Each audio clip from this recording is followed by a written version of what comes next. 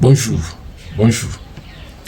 Aujourd'hui dans cette vidéo, nous allons voir en ce qui concerne cette vidéo les ressources de la RDC et son économie, ou encore l'économie et les ressources naturelles de la RDC. La RDC est l'un des pays les plus riches en ressources naturelles de l'Afrique. On va parler de près de 70% des réserves du cobalt mondial. On va parler de plus de 45% des forêts au plan mondial. On va parler de la RDC possède un très grand potentiel au plan des ressources naturelles. Mais son économie reste paradoxalement sous-développée. Ce paradoxe s'explique par plusieurs facteurs, notamment la mauvaise gestion, l'instabilité politique et l'exploitation étrangère. Nous allons voir dans cette vidéo aujourd'hui quelles sont les véritables ressources naturelles que possède la RDC et qu'est-ce qui entrave son développement. Comment faire pour que la RDC puisse se relever? Ne disons pas que la RDC est un géant au pied d'argile. Là, c'est comme une insulte. Mais cela, c'est ce qui se voit. Il est sérieusement riche, mais il n'arrive pas à décoller. Nous allons donc voir dans cette vidéo aujourd'hui quelles sont les ressources que possède la RDC, surtout en ce qui concerne l'économie, les ressources naturelles et son économie. Sur quoi est-ce que l'économie de la RDC s'appuie? Dans un premier temps, on va voir qu'il y a une richesse minérale, possède des minéraux en quantité et des minéraux qui sont considérés comme stratégiquement clés pour l'industrie mondiale. Vous avez vu Tesla, vous avez vu Apple, vous avez vu par exemple les grandes firmes mondiales comme Blue Solution de Bolloré, Vincent Bolloré. Donc, en ce qui concerne le cobalt, plus de 70% des réserves mondiales, on l'a dit, essentiel pour les batteries, les smartphones, les voitures et tout ça. Et maintenant, ce cobalt est exploité par les grandes firmes multinationales telles que Apple, Tesla, Samsung, Blue Solution de Bolloré. Maintenant, le problème, c'est quoi? C'est l'exploitation artisanale avec le travail des enfants et absence de transparence. Donc, lorsqu'on fouille dans le fond, la Banque mondiale a déposé des rapports. Et là, il faut chaque fois regarder ces rapports de la Banque mondiale par rapport au travail des enfants, par rapport à la corruption, par rapport à toute autre chose. Maintenant, voyons le deuxième minerai, c'est le coltan. 60% de la production mondiale de coltan. Le coltan est utilisé pour les appareils électroniques, dans l'industrie électronique comme les smartphones, les ordinateurs, les consoles de jeux et bien d'autres. L'exploitation,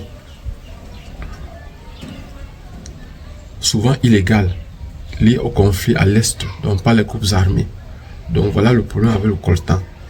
C'est que c'est la contrebande qui récupère une bonne partie de ces minéraux-là. Et ça, c'est le problème. C'est un problème sérieux. Maintenant, on a le troisième minéral, c'est le cuivre. Le cuivre, la RDC, c'est-à-dire la République démocratique du Congo, est le deuxième producteur de l'Afrique en termes de cuivre après la Zambie. Deuxième producteur africain après la Zambie. Ce cuivre est exploité dans deux zones de la RDC, au Katanga et au Kasaï. Voilà deux zones où on exploite par exemple le cuivre en RDC. Et ce cuivre est exploité dans l'industrie en ce qui concerne l'industrie automobile et l'industrie électrique. Vous savez qu'il y a des fils qu'on utilise qui sont faits en cuivre. Maintenant, le quatrième minerai, il s'agit de l'or et du diamant. La présence d'énormes gisements d'or, comme Akilomoto, Akiboli Gold Mine, une forte contrebande vers l'Ouganda et le Rwanda, et les Émirats Unis, les Émirats Arabes Unis. Donc il y a une forte contrebande vers ces trois pays-là. Et vous voyez que, par exemple, lorsqu'on parle de la contrebande, ça peut être des Congolais, ça peut être tout le monde. Et vous voyez ces trois pays qui sont cités. Et maintenant, le commerce illégal de l'or finance l'armement par les rebelles. Donc, ce trafic-là, bon. En cinquième position, comme gisement ou comme richesse, la RDC, on va parler du gaz et du pétrole. Beaucoup de personnes ne savent même pas que la RDC possède du pétrole et du gaz. Les gens ne le savent pas. Les gens sont convaincus qu'il s'agit simplement des minerais et des carrières. Des minerais comme l'or, le diamant, ce qu'on a cité au coltan, le lithium, le diamant, bref, le cobalt, tout ça. Mais la RDC possède aussi du gaz. Présence, donc, où est-ce qu'on peut trouver ce gaz-là? On retrouve ça au large des côtes atlantiques et sur le lac Adbert, les deux endroits où on retrouve le pétrole et le gaz en République démocratique du Congo. Bon. Une faible exploitation en raison de l'instabilité et du manque d'infrastructures. On n'exploite pas véritablement ce pétrole et ce gaz-là en RDC pour le moment. Donc maintenant, malgré cette richesse, la RDC ne capte qu'une infime partie des réserves des mines à cause des contrats qui ne sont pas avantageux, non avantageux, et de la corruption. Donc voilà le problème. Maintenant, on va voir en grand 2 un secteur agricole sous-exploité. Voilà encore le potentiel que possède la RDC. 80 millions d'hectares de terres arables.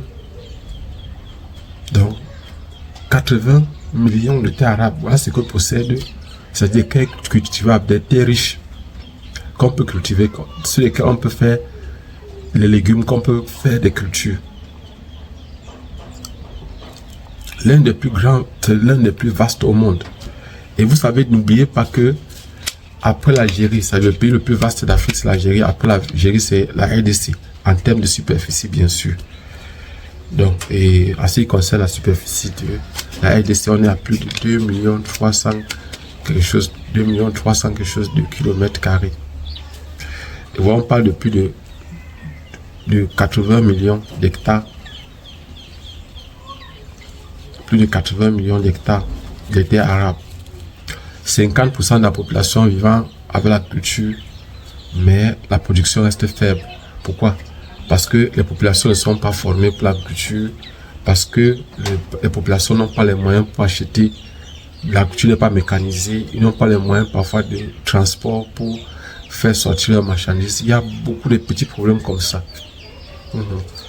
Donc, maintenant, la dépendance aux importations malgré le potentiel. Donc, en fait, une bonne partie des produits agricoles utilisés en RDC proviennent de l'importation. La RDC importe une très grande quantité de ces denrées alimentaires. Provenant, c'est l'un des plus grands partenaires du Rwanda en termes de produits agricoles. Donc, maintenant, le problème, c'est le manque d'infrastructures, l'absence de mécanisation et conflit à l'Est. Voilà le problème actuel en ce qui concerne la culture. Il y a la formation déjà des populations aux nouvelles techniques agricoles. Il y a l'industrialisation, c'est-à-dire la mécanisation, le fait de permettre aux populations la création aussi des GIC, c'est-à-dire groupes d'initiatives communes, la création des coopératives, regrouper les populations en groupes pour les permettre, par exemple, de mieux utiliser les ressources que l'État, le gouvernement central, c'est-à-dire le gouvernement Kinshasa peut mettre à la disposition de ces populations-là. Donc, maintenant, en grand 3, En grand 3, nous allons voir une économie dominée par l'exploitation des matières premières. L'exploitation des matières premières peut être un atout ou un inconvénient en ce qui concerne la RDC. On va voir pourquoi. 90% des exportations proviennent du secteur minier. 90% des exportations proviennent du secteur minier. Le principal partenaire commercial est la Chine. La Chine achète le cuivre et le cobalt.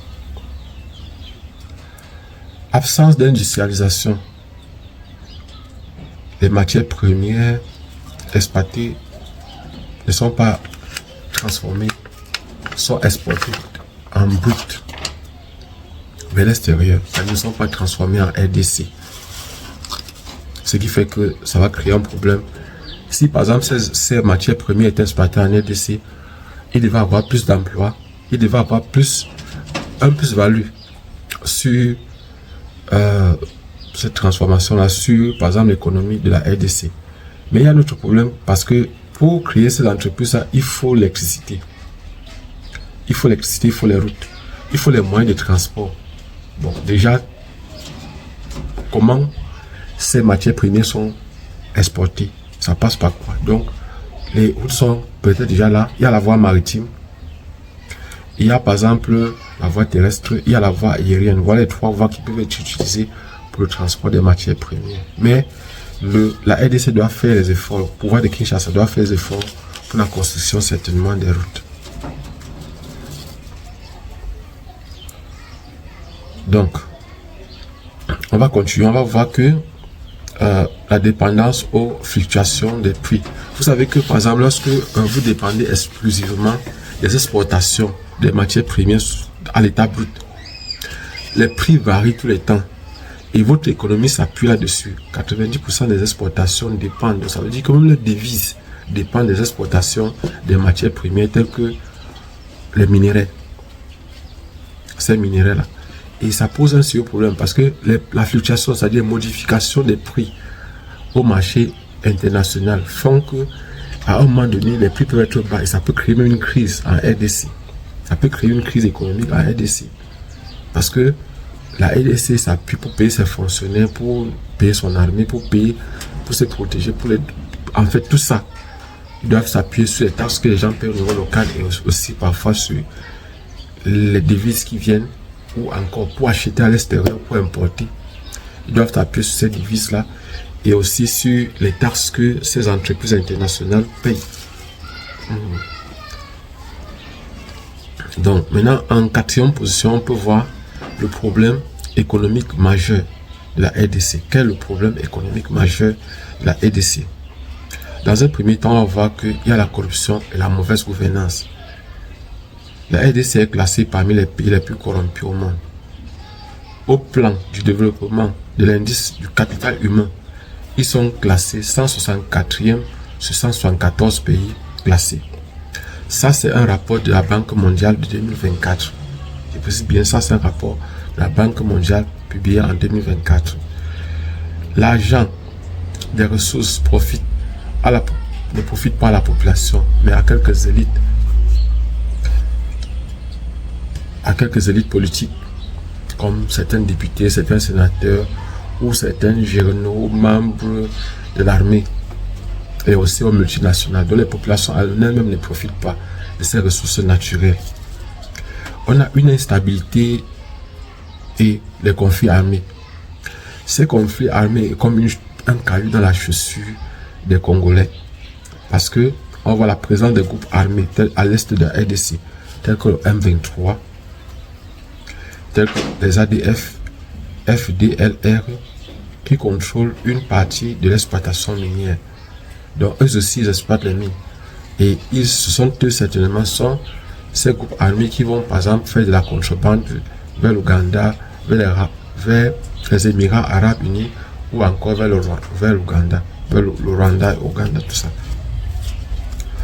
Dans un troisième temps, on peut voir que le manque d'infrastructures, le manque des routes, le manque des ports, le manque des chemins de fer, le manque d'électricité, dont la quantité d'électricité est insuffisante, pour soutenir le développement durable. Donc, il y a un vraiment manque d'infrastructure.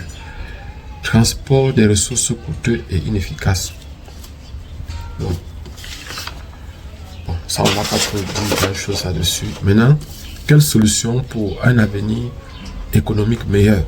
Quelles sont les solutions qu'on peut apporter pour améliorer cette situation actuelle de l'économie de la RDC? Quelles sont les solutions qu'on peut apporter? On peut voir, dans un premier temps, on peut parler de l'industrialisation. Donc, on peut industrialiser, créer des usines de transformation locales des matières premières, telles que le bois, telles que les minerais. Souvenez-vous du projet d'Ali Bongo, qui est monté au pouvoir, qui a succédé à son père au Gabon en 2009. Il avait un projet. Bon, c'est vrai que lui parlait plus de la gabonisation, mais il avait un projet, Ali Bongo avait un projet. Il a demandé que la plupart du bois qui était transformé, qui était exporté de façon brute au Gabon, soit transformé au plan local. Et cela, il y a des pays qui l'ont suivi. Le Cameroun l'a suivi. Aujourd'hui au Cameroun, une bonne partie du bois est transformée au plan local et ça crée des emplois au niveau local. Ça fait que l'État prélève plus de devises, plus d'argent un peu sur le bois. L'État camerounais gagne, et c'est ce qui s'est passé aussi au Gabon. Donc, en fait, ces exemples peuvent aussi aider la RDC. C'est-à-dire en industrialisant, en créant des entreprises au plan local, ça va d'abord créer des emplois. Ça va diminuer les jeunes qui partent souvent dans les groupes armés parce qu'ils auront des emplois au niveau de la RDC. Ça va faire en sorte qu'au niveau rural, les populations ne vont plus chercher à quitter le niveau rural. Donc, il y aura plus ce qu'on appelle l'exode rural. Ça va diminuer l'exode rural. Ça va faciliter beaucoup de choses en ce qui concerne l'économie ou encore ce qui concerne la stabilité au niveau de la RDC. Maintenant, il faut, dans un deuxième temps, on peut voir les contrats. Il faut renégocier les contrats miniers.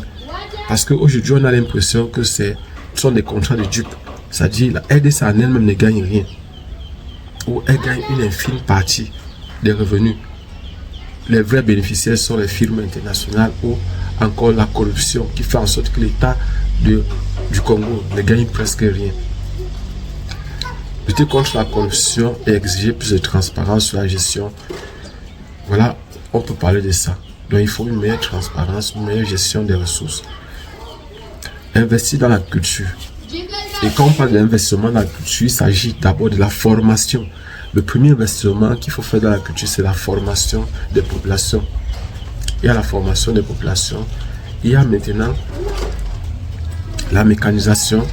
Il y a par exemple faire en sorte que les populations aient de 5 hectares, 2 hectares. Vous savez que de façon générale, chez nous, en Afrique, la culture reste une agriculture de subsistance. C'est-à-dire des personnes sont des petites exploitations de moins d'1 hectare. La majorité des... On a dit 50% des populations en RDC vivent de l'agriculture. Mais combien de personnes sur ces 50% ont plus d'1 hectare? Ils sont rares, ils sont peu. Ils sont très peu. Donc, cette agriculture est souvent faite pour la survie. Et là, par exemple, quand on demande un investissement, il faut des investissements pour créer des entreprises, des véritables entreprises agricoles. Et il faut le faire pour que... Et cela va aussi permettre de trouver beaucoup d'emplois à la population congolaise. Et diminuer aussi cet exode vers les groupes rebelles, vers les grandes villes. Et l'affaire Koulouna, ça va diminuer les Koulouna qu'on peut retrouver à Kinshasa ou dans notre ville de la RDC. Stabiliser la situation sécuritaire. Bon, en fait, là, il faut sécuriser le pays, surtout à l'est de la RDC. En fait, on propose des solutions comme ça, financer la formation ainsi que l'éducation. Ça, c'est la partie la plus importante qu'il faudra faire, c'est la formation et l'éducation. Mais là aussi, il faut voir comment, par exemple, placer les bases pour un véritable développement. Je m'explique. En fait, dans les pays africains, surtout, je prends le cas, le Cameroun, par exemple, fait partie des pays qui ont ce problème-là. Il y a des docteurs qui travaillent, qui ont fait des recherches, qui ont fait des travaux. Mais ces recherches restent dans les laboratoires. Il n'y a pas souvent un moyen de faire la promotion des travaux de recherche, c'est-à-dire de voir comment implémenter cela. Parce que je vais prendre un exemple simple. L'enrichissement, par exemple, des minerais. Il y a des docteurs, des enseignants des universités au Congo, au Cameroun, au Gabon, en Côte d'Ivoire, au Mali, au Burkina Faso, au Bénin, au Rwanda, en Afrique du Sud, qui ont travaillé là-dessus. Nous pouvons aussi, c'est-à-dire les pays africains peuvent aussi développer ces technologies qui vont permettre l'essor, qui vont permettre le développement de ces pays-là. Je vous ai parlé par exemple des drones. Les drones par exemple que les Africains utilisent, qu'on achète pour défendre son territoire, sont des drones qui coûtent extrêmement cher. Il n'y a pas un drone de moins de 4 millions de dollars. Il n'y a aucun drone qui peut coûter moins de 4 millions de dollars, c'est-à-dire moins de 2 milliards 600 millions de francs CFA. Il n'y a aucun drone qui peut coûter comme ça. Il n'y a pas un drone de moins de 2 milliards de francs dans le monde. Un drone de guerre, je précise bien. Un drone de guerre, un drone d'attaque. Et comment faire pour surveiller son territoire? Comment faire pour, par exemple, parce qu'au plan de sécurité, il faut tenir compte du renseignement, il faut tenir compte renseignement militaire, renseignement civil, il faut tenir compte, par exemple, il faut utiliser des caméras, des satellites. Si on n'a pas de satellites, il faut tout faire pour avoir des drones de surveillance ou des avions de surveillance de son territoire. Il faut placer des systèmes de surveillance. Abonnez-vous et partagez. On se voit prochainement, Inch'Allah.